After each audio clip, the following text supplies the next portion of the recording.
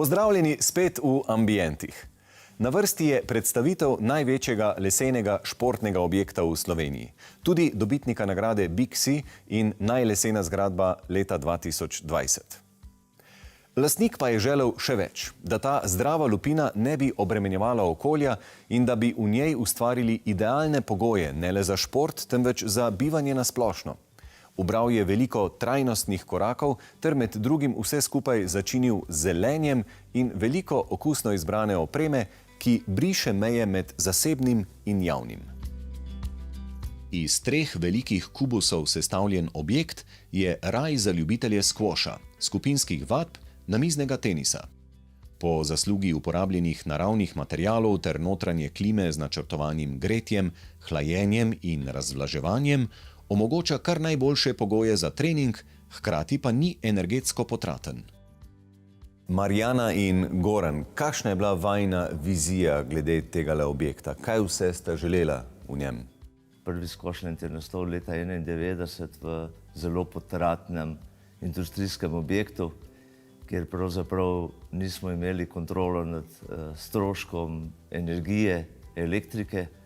Poleg tega pa nismo ustvarjali idealnih pogojev v objektu. Po zimi je bilo premrzlo, poleti prevroče. Pomemben vidik je pa bila tudi nekakšna samooskrbnost in zelenost. Marjana, vidimo res ogromno rastlin, za katere menda vi predvsem skrbite. Želela sva zasledovati ta koncept trajnosti in povezanosti z naravo v večjih aspektih tukaj, predvsem pa sva želela, da bi se ljudje tukaj počutili kot doma. Predvsem tudi zato, ker je to najin, lahko zdaj rečem, v zadnjih 3-4 letih postal ne drugi, ampak prvi dom. Gradnja objekta je trajala 11 mesecev, od konca leta 2017 do oktobra 2018. Razteza se na neto tlorisni površini več kot 1000 kvadratnih metrov in v 3 etažah, od katerih vsaka v višino meri več kot 6 metrov. Stavili so pretežno na les, ki je trajnosten material ter z vidika požara, vetra in potresa izredno varen.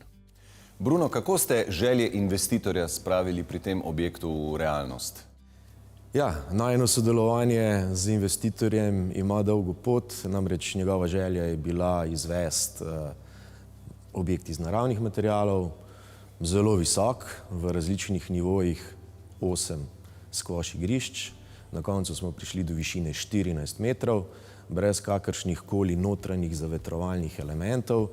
In na koncu smo z neko kombinacijo jeklenih okvirjev in pa zavetrovalnih križno lepljenih ploskovnih lesenih elementov dobili ravno tisto ravnovesje med togostjo in pa med težo objekta, da smo dejansko izpolnili vse kriterije, ki jih moramo spoštovati pri projektiranju objektov.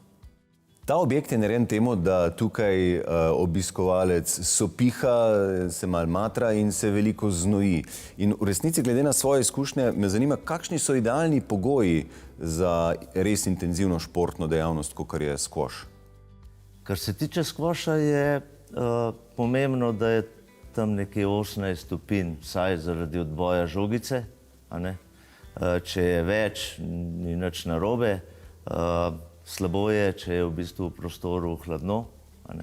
Drugač pa dosti dobro prezračevanje, pa tisto, kar je najpomembno, je to, da vam ne piha mrzlo zrak v hrbet, medtem ko se potiš.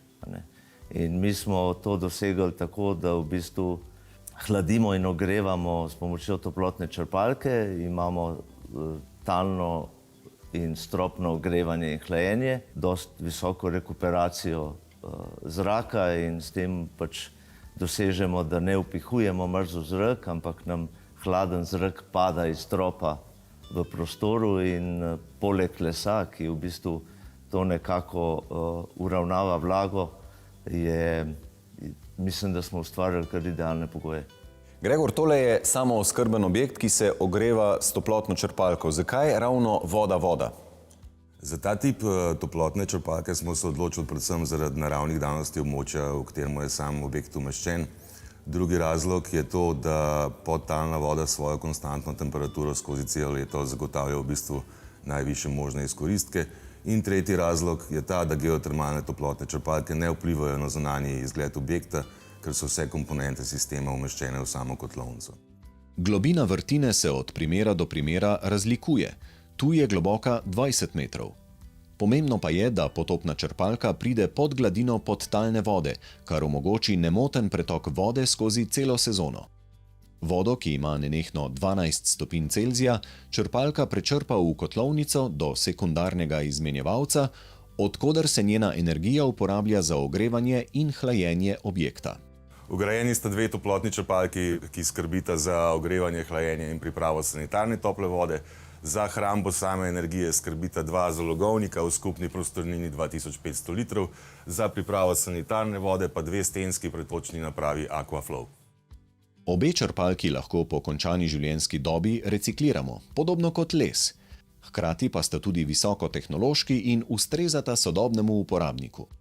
Če je v sistemu umeščenih več toplotnih črpalk, je kompresor, ki je v bistvu srce same toplotne črpalke, precej manj obremenjen, kar mu podaljšuje življenjsko dobo in hkrati podaljšuje tudi življenjsko dobo celotnega sistema. V prehodnem obdobju je tudi povečinoma dovolj, da deluje samo ena toplotna črpalka, kar tudi vpliva na skupno obratovalno število ur kompresorja.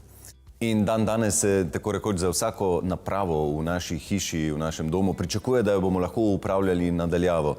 Sej verjetno je podobno pri toplotni črpalki, ne? Ja, ne samo pri toplotni črpalki. Jaz lahko rečem, da večina proizvodov je povezljivih v internet, kar pomeni, da gre za neko inteligentno krmiljenje in uporabnik lahko dostopa do same naprave v bistvu od koderkoli. In tle se lahko pohvalimo, da v tem objektu to že s pridom počnejo.